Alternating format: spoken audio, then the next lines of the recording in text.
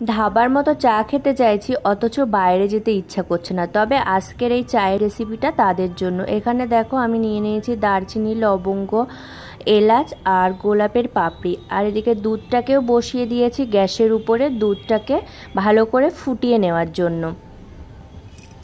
দুধটা ফুটে উঠলে এর ভিতরে দিয়ে দিয়েছি সব মশলাগুলো। আর এরকম মাটির কোনো কিছু বাড়ি সবার কাছেই থাকে। আর এটাকে নিয়ে আমি দিয়েছি গ্যাসের অন্য সাইডে পোড়ানোর জন্য। তারপর এর ভিতরে দিয়ে দিয়েছি চা পাতা, আর চিনিটা যে যার পছন্দ মতো অ্যাড করতে পারবে। এরপরে চাটা ভালো করে ফোটাবো।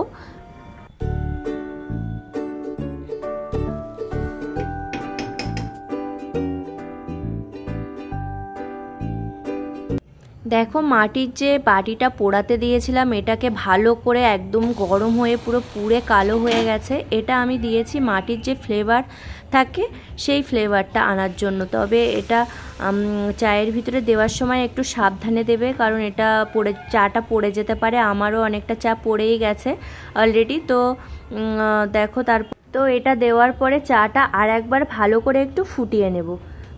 ফুটিয়ে নেওয়ার পর দেখো এরকম একটা পিতলের গ্লাস কিংবা বাটি সবার বাড়িতেই থাকে। তো এই চাটা এবার এই পিতলের কোনো একটা গ্লাস কিংবা বাটিতে আমি ঢেলে নেব।